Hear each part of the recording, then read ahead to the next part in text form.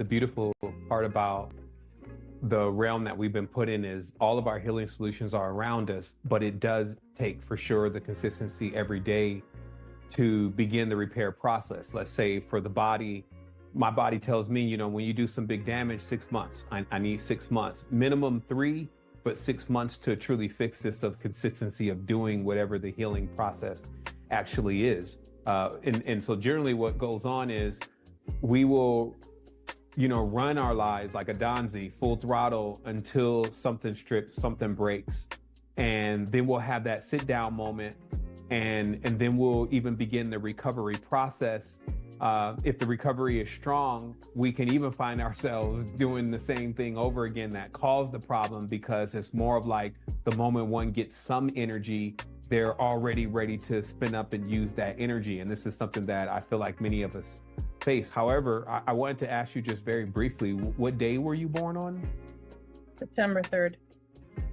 The 30th, right? The 3rd, 9/3. The 3rd. Okay, so in this case, a number 3, right?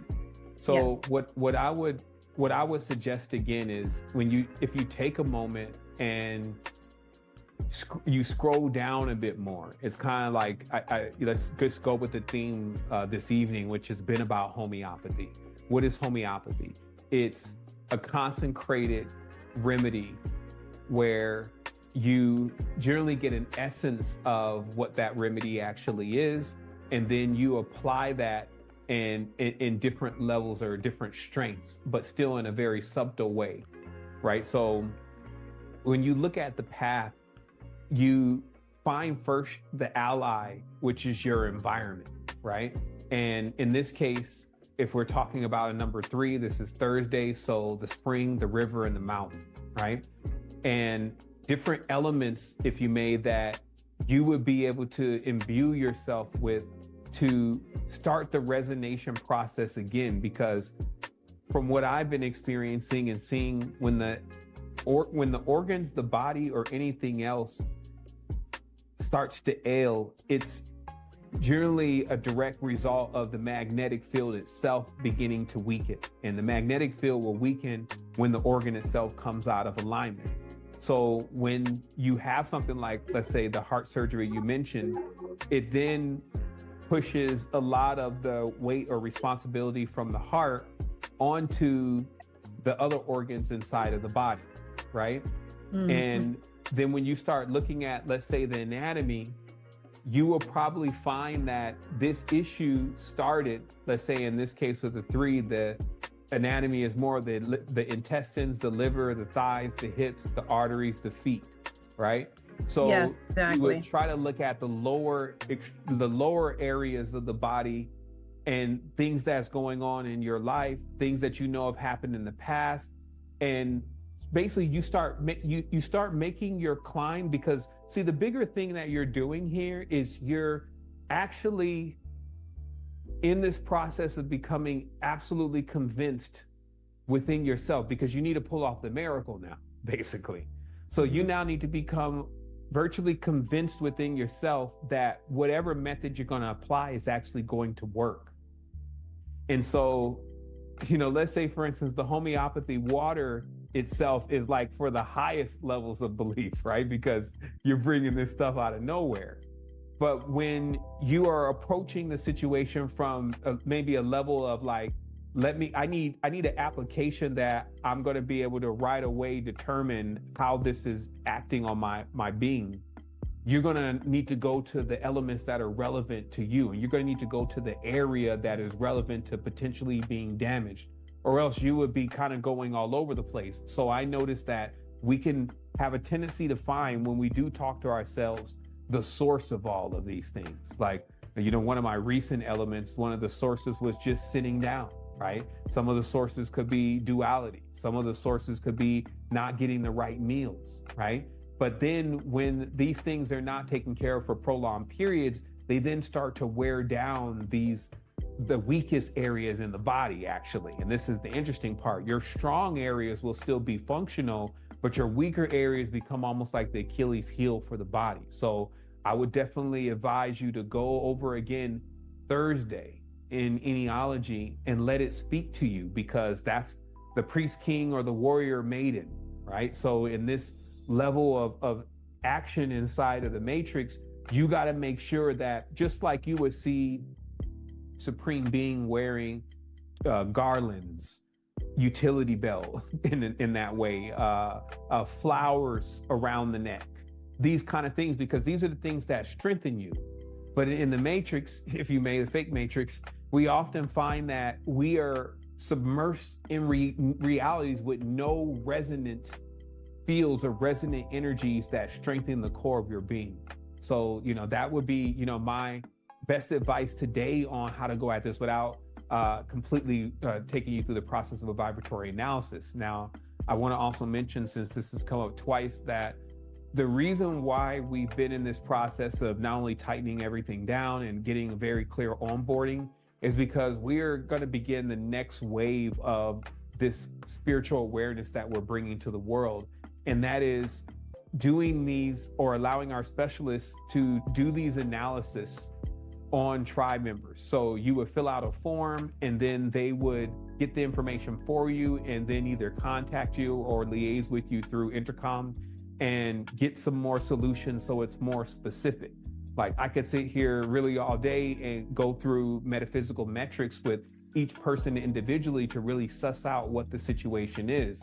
But of course, in a call where we would want to talk about different things and we couldn't drill into something specifically, then my answer would be a bit more generic, but still effective nonetheless. So look out for a vibratory analysis form. You'll get an email that's saying when it's your time in the queue if you want to go through the process. Of course, it's free.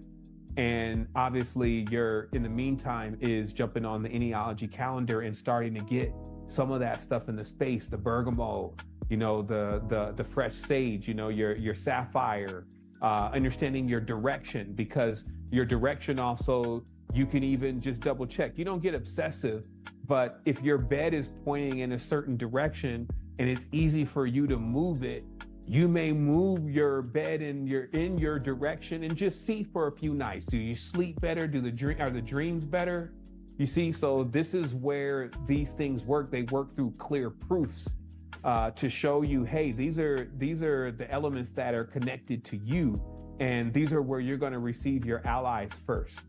So I trust that makes sense, Sister Wholeness. Yes, Wholeness. Thank you so much for your input. I'll definitely do the research on that and wait for that form to come through. Thank you so much, Wholeness. Thank you. You're going to meet other people. And the reason why I say trying is because it will just be that until you learn how to establish relationships. So if we look at, let's say, 99% of the reality as sheeple and useless eaters and all these kind of things, but yet you're trying to start your whole new life and your whole new career off of what? Those same people that you're actually complaining about. So even mentally, spiritually, and physically, you're rejecting what is supposed to get you somewhere. So the big thing about establishing great relationships is that people, when you come to realize what's going on, are responsible for getting you to where you need to go. And the better you can be at getting along with people and learning what they really need, what they're really saying, and walking them through their life, and also impacting their lives. When someone impacts us and teaches us something that sticks with us, we forever remember them, we forever thank them. So it's really about getting it that way. And that actually brings us to this part of what I think is a major thing that we should discuss very briefly if possible. And that's the difference between reacting versus having compassion and empathy. Because these two right here, this lesson is indeed for a master. And it's because many people still find themselves in the reactionary phase. When something goes on in the reality, they're there and the monkey mind is giving them all the different things to think about and to say. And then they find themselves reacting, and they even can think that that's good. And when we talk about compassion, of course, everyone knows that the key to this, as I call it, the compass to Zion, the compassion and the love must be incorporated with what we do. But how is compassion not reacting? And the truth is, let's look at just one scenario with a doctor. When a doctor comes in, and let's say there's a gunshot wound, if the doctor comes in there reacting, the doctor's going to be like, oh my goodness, he's bleeding everywhere. She's bleeding everywhere. Let's get some pressure. Oh my goodness, this is crazy. It looks like she's dying. I think she's crying. This is horrible. Who did this? I can't believe this. It keeps happening. Why is everyone shooting each other? See, that's the reacting. The compassion is to get right to work. Because to actually get right to work is going to save that patient's life. Reacting is not going to save that patient. And to realize the difference, because the true compassion is coming in because that doctor is there. That doctor cares. And I'm using an example here. I don't want people to go on a tangent and be like, oh, the doctors, they have bad medicine. We're just using some examples of some metaphors here. What we're saying is when a healer comes in, they cannot afford to react. They have to move with their compassion, and their compassion means go to work, do your job, do your service, do your duty. Don't look at it, hey, is this a person, they may be dirty, this is a bum. I don't work with bums with gunshot wounds, only clean people. All the dynamics. And that's what I call the reactions of the monkey mind that are not present really within any master. And this is another big thing. Master something, because when you master something, you'll find that the blueprint to everything in life will be within whatever you choose to master, even if it's just being the master janitor, because that's how life really works. It does have a unifying field and a unifying connection. And I find that sometimes we think, well, I'm too old to master anything, but there's yoga schools. You can go master Kundalini yoga now, or you can go and teach yourself another language, like let's say Arabic or Sanskrit, or, you can maybe just go learn geometry. But never forget that a lot of us that are very intelligent have a tendency to be masters or in many respects, but kind of like a jack of all trades, but really not a master or perfected anything. And that's what you find sometimes that the conscious broadcaster is almost demanded to do. Like if you got to jump into Photoshop one day and you're like, man, I'm not a film producer. I don't do post-production. How am I going to operate this program? And then you can sit around and then you can imagine that someone else is going to do it for you. And then you can wake up like 2 months later and that stuff is already 2 months old and you're trying to look into another project because you're just moving too slow. It really demands that, okay, once again, be ready to learn, realize that all these designs that are coming out now, and that's why Final Cut, which is of course one of the #1 media creators for video, start looking like iMovie, because people were familiar with jumping into iMovie because it looks simple to them. And then likewise, a lot of these programs work just the same. So what I'm saying is that these companies are still doing the best that they can to make it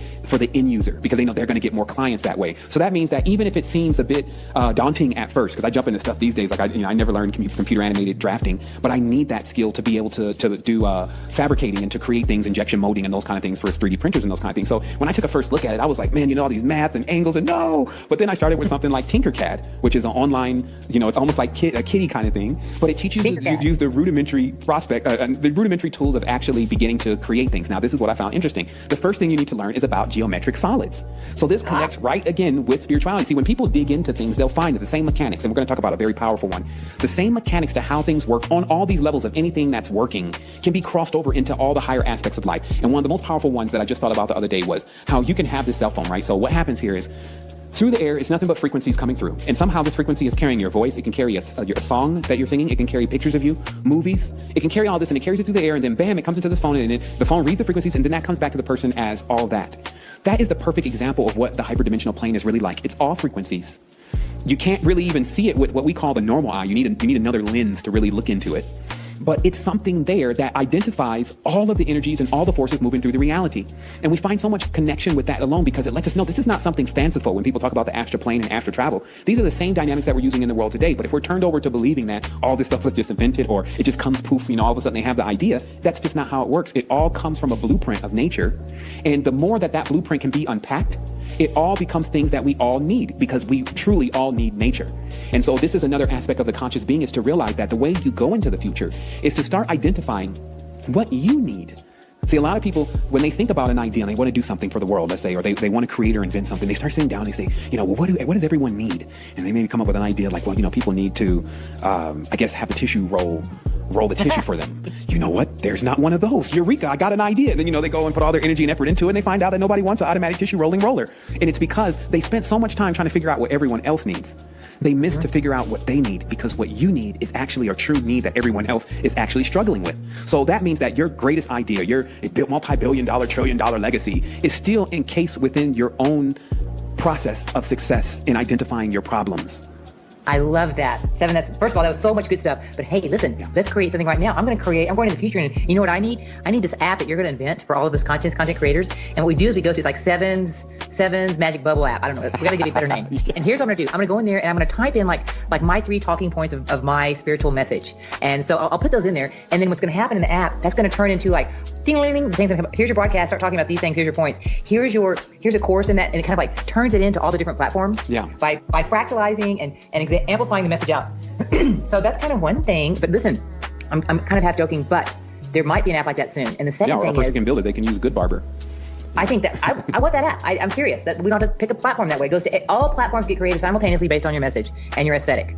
Okay, and you get to curate your aesthetic. I always believe that should always be built in. Yeah. But let's just go back one thing, and I want to put like 3 exclamation marks on this thing that says master something. Yes. Now that really rang a bell with me, because the cards of destiny, I'm a jack of clubs. Mm-hmm. So I am truly a jack. And I like to do a lot of different things. And when you said, we all tend to be little jacks, so we should master something, like make sure you get that one black belt or have that one master degree program. Yeah. And that is important. And you kind of struck a chord with me right there. And so what that inspires me to do is to go get one of these like the Final Cut, one of these technological things that I have not mastered. And it can be a piece of technology that I master. I don't have to go master Kung Fu, but I can go master, a Zencaster. Master a technology applies. Am I correct? Right. And then, of course, this term technology just means an application that allows you to begin to create on a different level of possibly a more advanced level. So this could be anything. Like, I always call it as technology. I mean, they even had technology 3,000 or 4,000 years ago that was more advanced than what we have now. So people shouldn't become deterred by that term technology and start to really think that these are tools that you're going to be able to add to your arsenal that are going to be forever useful. And, even if you just isolate one, let's say Final Cut, now you're creating videos. There's another resource for that, because again, we're talking about this in real time. We're not just telling you, hey, go get Final Cut. You're going to need some plugins. And what plugins are is they make what would normally take someone that really needs to know what they're doing to be doing it. It makes you look like you know what you're doing. And that's called Pixel Film Studios. You can Google it. That's it. That's the website, pixelfilmstudios.com. And what they've done is they've created some of the most impressive plugins for Final Cut that I've ever seen. When it comes to intros, to outros, to effect, to three-dimensional, to you name it, you can get it done there. And it brings because here's the thing, why are you doing this? Let's rewind here for a minute, because someone will say, well, I just want to bring a genuine message. Why do I got to go through all these things? And it's because in most cases, people are still looking for something to authenticate right away, that they can even believe what you're saying. And for many people, that is presentation. It's how does it sound? How does it look? Does it roll in? Is there the transitions there? Or is it in, a square and now everyone's in widescreen, but you got the square and the sounds all that. And this is, again, it only kind of does discredit to your message, because it's not giving your message the right throughput that is needed for it to truly, get out there and to do what it needs to do. And so this is important, is what I'm saying. But the other thing is that, remember, the phones that you're dealing with now, the cameras on those phones are more advanced than pretty much every single camera that came out in the 90s. And some of those cameras that came out in the 90s were $60,000 to $70,000. So from a simple Samsung, you can push out a 1080p or 720p high resolution video with just that thing on the tripod of you bringing it with a good background. So we're not saying that, you got to blow some stuff up. You got to get some CGI going on. We're not saying that. We're just saying that if you get a simple rig together and it works, then you can only keep enhancing what you're doing and teaching yourself something. Because the other thing is that you'll find that these same skills, if you decide to go undercover back into the matrix, you can go and find a job doing that, meaning that you can go right into something. Because you may find that, hey, like for me personally, it's like spirituality can also become like a subject in a period or class in high school, in a certain sense, to how a lot of people look at it. It's like, okay, spirituality for 3 hours, and then I'm going to go and do the rest of my thing. But the truth is that we all have lives. We're living lives in a different way. And what it really requires us is to actually begin to learn a different skill set, to move with the time so that we're not left behind. And if we're for some reason under the impression that can't happen because maybe some angel or maybe whatever, it's just not the reality. And that's the challenge. That's the course that the universe as a university is putting us all through, is saying, yeah, you got your spiritual thing going on and you may fly out of here at night, but in the morning you're going to wake up and you're going to be here. And so what we're requiring of you is that you bring all of that SpaceX right here into the physical reality. You need to learn how to birth it. And not only will that be rewarding for the person who is practicing spirituality, because they finally realize the power in grounding and the power in the womb, and what these archetypes like divine feminine truly mean, because they'll have those experiences. And so it's all intertwined. It's all connected. Like, we should not separate one thing from another. Oh, so totally. And going from that whole technology thing, let's go right here to the human being, the physiology of this human body, the human broadcaster, the heart field. I mean, I like to say I struggled with maybe calling this conscious content creator a multi-dimensional ambassador, because that's what we are. That's kind of a bigger picture. But I'd like to talk about, just this vortex of energy that is me, that is you, that is out there in the world, emanating, magnetizing, pumping out a certain kind of magnetism, spiritual magnetism, or what we are as individual units of broadcasting. Okay. Yeah, I mean, because let's just talk about that. Let's drill into it from just the physics of it, because what happens is that everything that you create is going to be a reflection of how you feel. So if you're not in order, then what you create, no matter how perfect it may seem, people are going to sense that. It's going to be in the vibration of your voice and your message. And we're not saying you're trying to get yourself into this pristine, perfect condition before you can actually transmit something, because you do need to get yourself into some level of practice. But the truth is that with our consciousness right now, we're facing having to stay in that empathy, stay in that trust, stay in that caring, while at the same time also protecting yourself in a sense, not being run over, not being naive. And all of this can just be so much. We start realizing, hey, this is a lot of maintenance. This whole thing is high maintenance. And so what I started realizing is that you have to realize that there is this other side of the reality. And because I had this thing written down here to tell people to make sure that if your message only consists of positive things, that means that you're not telling the complete truth. So when you're ready to get into the truth, you'll realize that there's a law of diametrics. There's going to be, for every reaction, an action, etc. So the big part of that is beginning to prepare yourself to how do you find that neutrality. And a big part of that does indeed come from the heart. I mean, it's so deep that the heart is truly the driving force of our consciousness, because it is sending the pulse or the electric. Like, they still haven't figured out why the heart beats. But when the heart beats, if it's beating true, then that beat will fractalize itself at a certain point, penetrate you down to your cellular level, to your DNA level. That's the true aspects of anti-aging. So if you have this beef then with reality and you don't like everything that you see at times, then all you're doing is actually beginning to damage your own heart. And then you're actually in the stage and the phase of what we would say the so-called controllers are in. See, now they have money. So despite them breeding out their empathy through their actions, emotions and breathing out their compassion through their actions, they are confined in the reality because they cannot get their heart center back activated. So of course they would want to convince everyone else to do that same thing. And that's what you see in media. We become so callous at times to what we see and what's going on. Like, Black lives matter, white lives matter, blue lives matter. I got one, I call it What Life Really Matters. Because when we really look into the fiber of what's happening here in the reality, we realize it's actually boiling back down to us. It's boiling back down to our reflections. And when we study the heart, we will study that the heart is braided into seven different layers. And that does correspond with the 7 different weeks, or excuse me, the 7 different days of the week. There's so much that does really connect with how our body functions, but how we're actually in this reality and functioning in itself. So what I'm saying, just to drill it in and make it very clear, is that you're not looking to get into this to actually make enemies. You're looking to get into this to build bridges. And if you go in without that aspect, you're going to scar yourself up. And I'm only telling you from experience. I went 3 to 4 years in real duality. We carry big Bushido blades, attacking anything that looks like it's malevolent, as if we rained down from the sky to punish the devil himself. And that kind of idealism and going into this doesn't actually make you available for the work that really needs to be done here. Because even Earth is not looking for some hero carrying a sword, but more so as a hero that's ready to give her a massage. It's a totally different thing. And what happens is that we're being challenged, but sometimes those challenges are not just about having courage. It's in many cases about having love. Like somebody asked me a while ago, or just recently actually, how do I cope with the whole thing about what happens to very enigmatic leaders that are trying to lead people into greater horizons and they get killed or assassinated? This is what the guy was asking me. How do I protect myself from that? And my response was, we've found that the people who are concerned most about their lives, maybe it's, I'm going to get into a plane accident or I'm going to get into a car accident, then they tend to never go anywhere. It's like every single thing that they try to embark on, there's a fear there that they may lose life, so they never actually live life. So nothing about this is any different than that. If we're somehow in fear to say anything, or we're in fear to do something, and fears could also mean tackling that ultra complex looking program that once you smack it in the face like a cowardly lion for a few hours, you start realizing that it operates just as basic as building blocks. And it's just the panel itself that, and sometimes just the consistent telling yourself that, hey, I can't do this, I can't do this. And so this is a big thing because it's so multidimensional. Like think about all of what we've talked about tonight.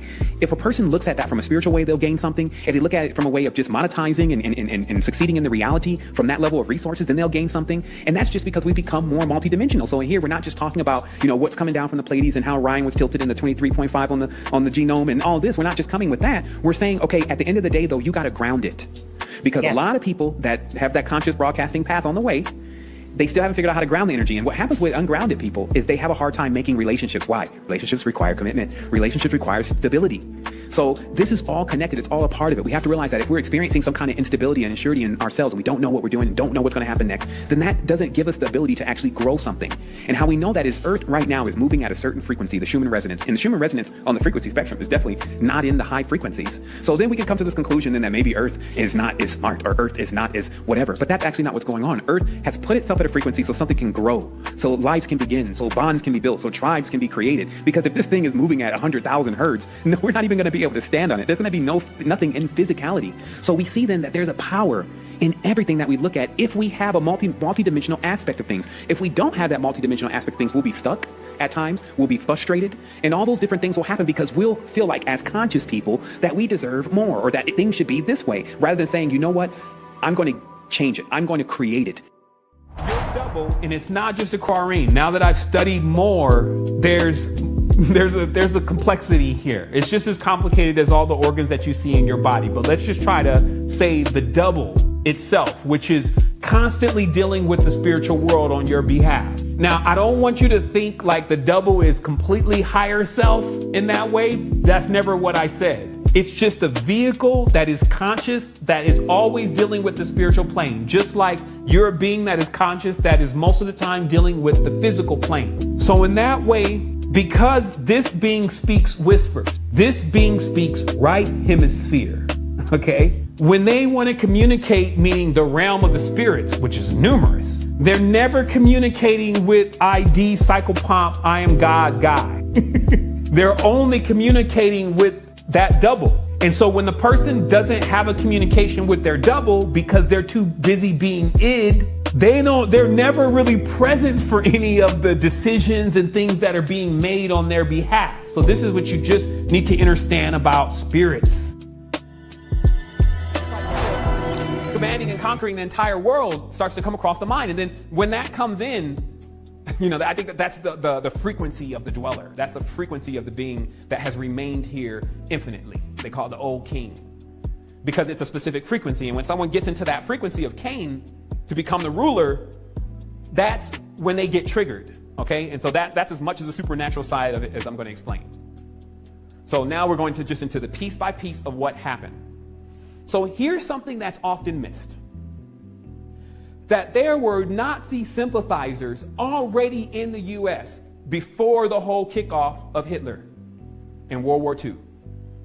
I'll say that again, that there were supremacists, because see, it's not just good to look at the Nazis and the Jews, you're missing the big picture because they were German Jews.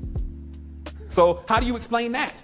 Even German Jews responsible for the burnt offering, as they call it. So I'll repeat that again. That there were sympathizers already in the United States before the war even started. How do you know that? How would you know that? There's really nothing written that directly emphasizes that. But we forget that there was already slavery going on in the South. So the whole idea of supremacy, especially racial supremacy, was already fertile within the South of the United States. And so when across the world, a large group of people start getting together, pushing a large supremacist movement, which is why you had the KKK in the United States. It's why neo-Nazis are in the United States and had always been there. It was because they became sympathetic to ideas of supremacy. Jews were bundled in with black people.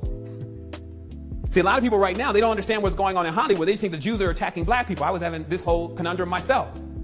But it's because for a period of time, especially with the Underground Railroad, Harriet Tubman, many of those same Jewish families were attempting to get slaves from the South to the North, where they would be free, whether it was Canada or whether it was towards California, etc. So remember, all of this happened. That there's been this consistent bigotry, but you can't say who's who. It's all based on that person. It's the Jews, it's the Polish, it's the Germans, it's all being based on that individual's decision on whether they're going to do what is balanced to do, what makes sense to do. So let us just remember, though, that in the United States, there was already a healthy roost. This is also why Sir Albert Pike, he was, of course, the person who brought the KKK to the United States, was also a Grand Freemason. And then also he was an Illuminate. So these connections are important to make, because what you're going to see is you're going to see there was already really a working force that was working in the dark, working at night to push an agenda of world control and domination. So we'll first start off today. The first person that we'll be talking about is Horace Mann. Horace Mann is the father of the United States educational system. I'll say that again. He is the father and the pioneer of the United States educational system. I mean, I even remember right then that there was a school that was called Horace Mann when I was, I think in Fresno or wherever I was when I was younger. Everyone was like, oh, you're going to go to Horace. So that's how prominent. You can look at it on Wikipedia. Horace Mann was very prominent in the development of not only the curriculum, but also the structure of how the school system is to run, the hierarchy of how it is to run. And where he got his knowledge from was from Prussia. So here you have someone that was born and raised in the United States, makes a trip to Prussia, which is Germany. Okay, because this is the other thing, people like Prussia, and they think of Russia. They think of all this stuff is tying together because it's the same people. They've just been dividing all of the citizens. No, Russia is definitely not Prussia. And the Germans are no Prussians, and they moved over, and then they get all people into the debacle because that's the mind control. The mind control works on compartmentalizing and dividing the mind. So what I'm telling you is that this gentleman went to Prussia and learned the entire educational system of the Germans and what they had implemented after the Napoleonic War because of their loss. Prussia lost. So what you're dealing with is that so they were asked. There was a whole session, why did we lose the war? And the excuse that was given by a gentleman named Johann Fisch, was that the troops were thinking for themselves, that no one wanted to obey the orders. And when they were asked to basically die, they disbanded. And then this caused them to not be able to win the war. So right away, Prussia, which is now Germany, decided that they would begin to instill this system that controls the mind. And here are some of the quotes. The quotes are, children are a blank slate. So here we are in Wikipedia, Johann Gottlieb Fichte. His idealism was you got to realize that there is only certain key figures within the ideologies of Nazi Germany.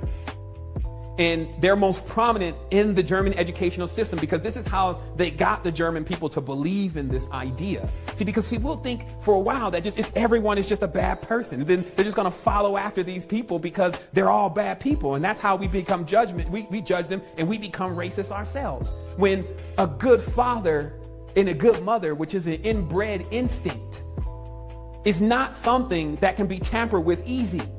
So if this person, this father or mother, sees injustice, they're not going to care what color it is or anything. They're not going to be a part of it because they're not going to want to teach that to their children.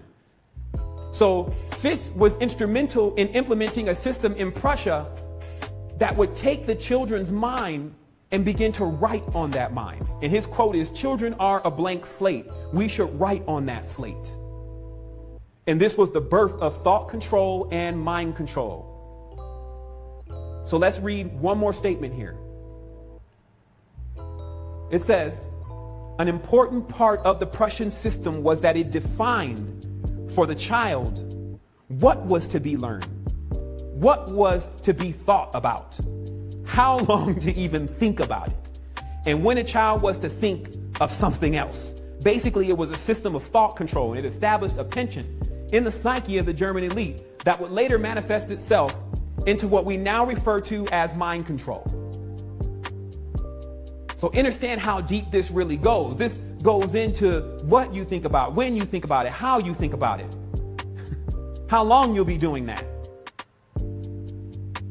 The word school, which is spelled C-H-U-L-E, let me get a correction if I can here in German, is where we get our word school. So the word school in English, if you want to know where it comes from, it's a German word. Before we get started with Willem 1, we have to first see that the word school in German means to become the accepted thing. To become the accepted thing. Just look at that. Look at what it's really saying. That there's now criteria to be accepted. And school is going to give you the building blocks of that criteria so you can be accepted. But by who? Accepted by who? Well, we answered that question earlier. The controllers. This has been going on long enough. I can't even tell you when it began, but I can tell you when it's over. For me and for you. Everyone else, we keep working on it. So let us just remember that the entire mind control system was designed for a person to become in order with the king. It was a mandate. Many of the means of doing it was definitely religion. In this image, which you can see when I do there's a video that runs, and you may have seen it already, but this is the Council of Nicaea. Many people just see the Pope sitting there in the middle, but they don't see the king sitting down there right next to the book instructing what is to be written. King James is right there saying, this is what's going to fit the political agenda of the king. This one is not. I really like this one, but we need to move some words around. Let me get my own book. You see what I mean? So all this is designed to, again, connect with what we talked about earlier. Is this the agenda of the king? So the amazing part is, and we'll go back to 1. The amazing part is even the idea of a PhD or a master's degree came from Germany. There was no such system in the United States. They didn't have PhDs, master's degrees, doctor degrees, any of that stuff. It wasn't even constructed yet. So the top dignitaries of what we were calling the United States flew to Prussia Germany, became educated there, got their PhDs, and then came back to the United States to set up this system, primarily under the guise of not only the curriculum, but a primary in psychology and also a conversion of the knowledge into science. So I'm going to read something to you here so you can understand the purpose of this and how this starts to compartmentalize people.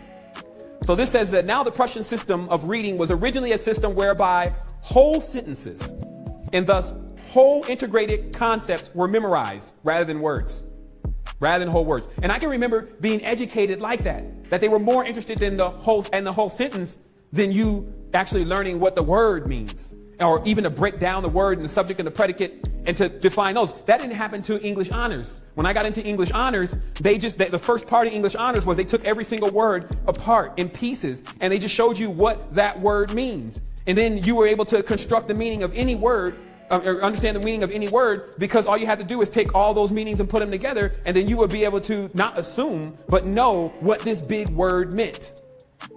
But that's honors. They're not teaching the standard person to learn like that. They want them to memorize whole sentences. And then these whole sentences are often filled with tons of triggers.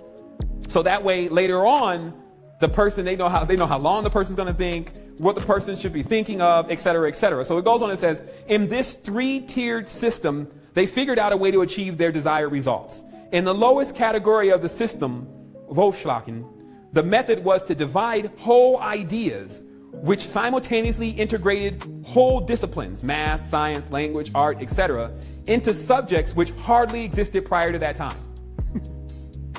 Meaning that lies, the modern day, the history books and all this stuff, even the Bibles, and just lies, like none of this stuff. Where are the bodies?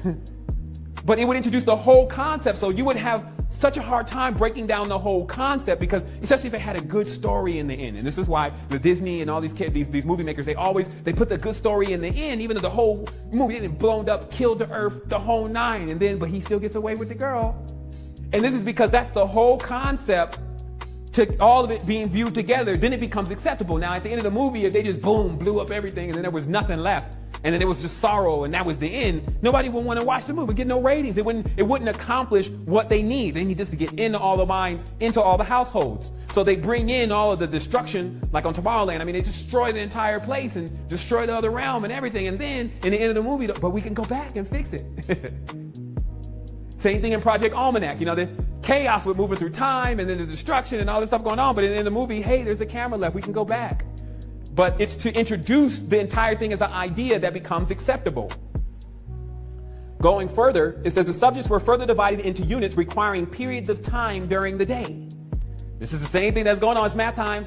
Oh, you in period 6? Yeah, I got physical therapy for period. I got to go to math for period 6. So you see this same system that was implemented. Now remember, this stuff is already written. Like this stuff, if you just type in Google Prussian U.S. educational system, you're going to get tons of data. But what, again, you should not admit is, remember, this was working. This is working. This is a working model. So it makes us have to look at this very serious rather than like an observer, like, this is what's going on, whatever. No. This is even what may be buried in your consciousness that needs to be removed. So that way you can see things very clearly. Because if you're still having problems with duality, it's 100% sign of the mind control. 100%. And I watch people type sentences. I've even done this myself. I mean, you'll type a sentence talking about you're non-dualistic and then dual in the sentence. You see what I mean? So this is still about a progress to this. I'm not just saying that you can't point things out. I'm talking about how you feel when you're pointing it out. Like today, we're going through this course. Back in the day, you have this conversation with me. I would have had a good person to blame for you by the time that this was over, meaning the ultimate person that's responsible for things. But in this case, I just simply need to highlight what's going on and then allow you to be the judge. Let's digress just for a moment to realize that most spiritual and religious systems are heavily a part of this. That's the place they start. Because the demoralization, which we'll talk about later, has already taken place. To learn. They say it was a mistake, but they're just trying to tell you, hey, wisdom doesn't know everything. That's why we're calling it wisdom, because it's learning everything, but from the mistakes. And everything in life works like that. So you're looking for all wise. You're looking for all powerful. But we're telling you on this path, all wise and all powerful comes through experience. So wisdom as a being is also still on that path. It's not a thing that knows everything. It's a method in which you do or come to learn everything. The blueprint, the maxim, which has already been discovered. It's going to always be all the way down to the smallest thing and understanding how that works. So when you go nano, when you go atomic, and you just start, just profusely asking about that only, until you understand the dynamic of every single one of those molecules within your life, which is only a few, then you just get everything about how it works. Mainly that energy is your highest priority with yourself in a physical reality. From the moment that I got the transmission, they were like, yo, it's the words. They backwards, James. Like, you're going to figure this out later, but get ready for the game.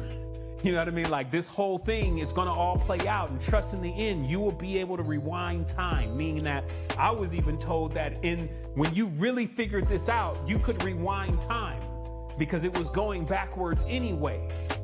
But you need to figure out the intrinsic connection. And I can even imagine my mind even then, like thinking it was something else, thinking something else was being talked about. And that's why I was saying that you got to upgrade your brain, because now that I understand the knowledge that I understand now, I realize it had nothing to do with what I thought was going to be happening. I thought that I was going to be, I told you, I thought I was headed to Vegas next to dethrone Chris Angel and show everybody what kind of entities he was working with. Like, I was on a whole nother level with what I thought was about to happen.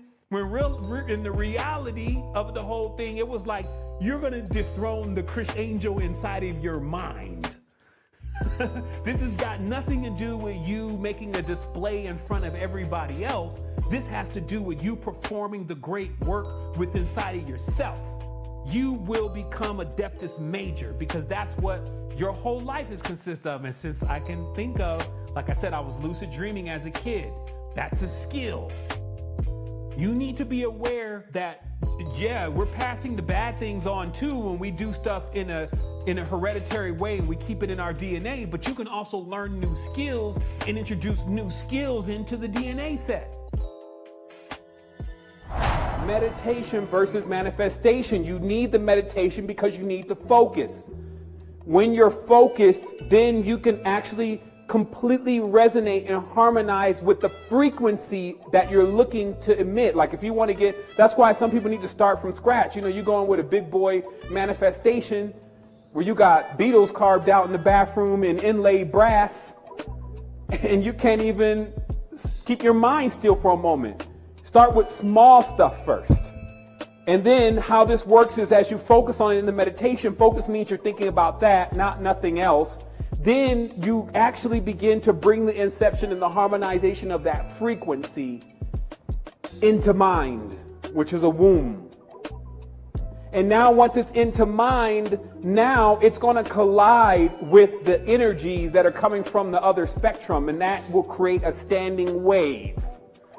Once the wave stands, it basically begins to grow into the physical reality.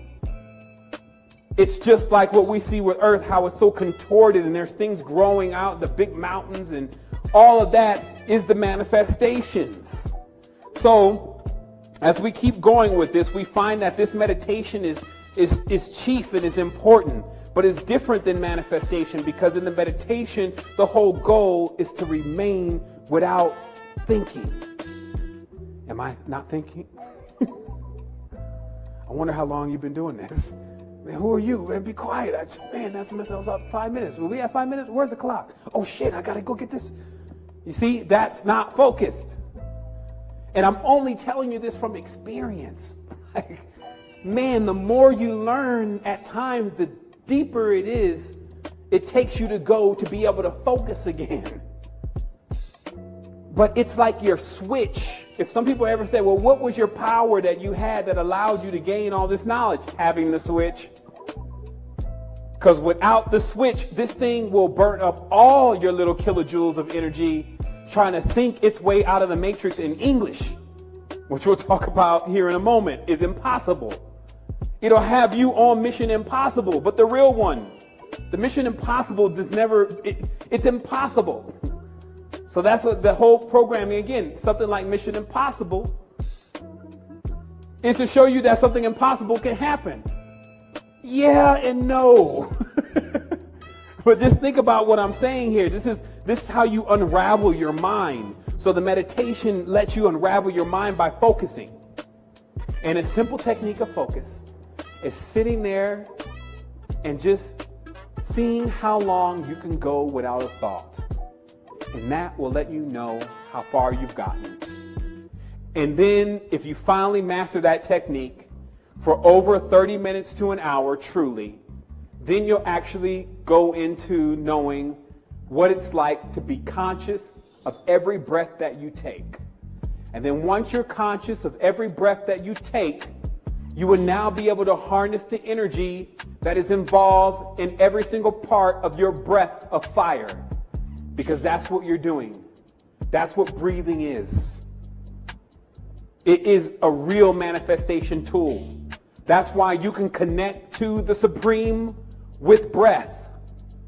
That's how you check it. The blueprint tells you to be able to connect to the Supreme, it has to be the Supreme. So, for a master seer, what they would do is they would have the person come in and stand still, like in front of like something that was static, like a wall. And a master seer, which literally is the word, S-E-E-R, they can see. We got one that can see. And what it can see is it sees all the ancestral spirits, which are normal. It sees all the Orgone Archons, which are normal. But then it will spot a rider, which means like a being that is attached from the Chiral point into the small of the back, latched onto the person, kind of like peeking out on one side. And they would then know, okay, we got somebody that's not supposed to be there. So this is what you understand. It wasn't about getting rid of all the spirits. Like you would be there literally like because you are a spirit. It was about removing entities who had interloped. This could come through oaths, binds, pacts, rituals, marriages, all that. Because remember, a Merid is the cognate of the word marine. The king of the jinn lives on Mars. So everything tells you still like, look, you got like a connection going on here between the human and the jinn. And if you want to go into the African culture and suss it out a bit further, it'll be readily available there for you. Meaning that humans married jinn. To a point where even in the Hadith, they needed to actually determine if it was wrong for this to happen and what should be the judgments and this kind of thing. It wasn't like nobody knew about this already. Oh, he's got a jinn wife. She's got a jinn husband. But here's the interesting thing, and we got to save this for another episode, but it's said that when two people marry each other, that their quarine or their doubles also marry each other, but they're opposite to who they are. And then what the person does on one side is opposite to what they do on another. This is why you will want to stay balanced. This is why marriage should be equal. So they say basically that if you're the abusive husband on this side, you're actually the wife getting abused on the other side. Okay, that's how it was always kept in balance so that you could reap what you're sowing. Except most people don't have access to the visions of their quarine, meaning the dream, the lucid dream, clearly, so they can see, hey, yo, when I'm doing that in the reality, it's happening in the dream, but I'm the victim. So they don't have clear sight. You see what I mean? Because thus, if they had clear sight, it would be like they had a guide, because they would literally be able to use their dreams to tell them when they're getting off balance in the physical reality.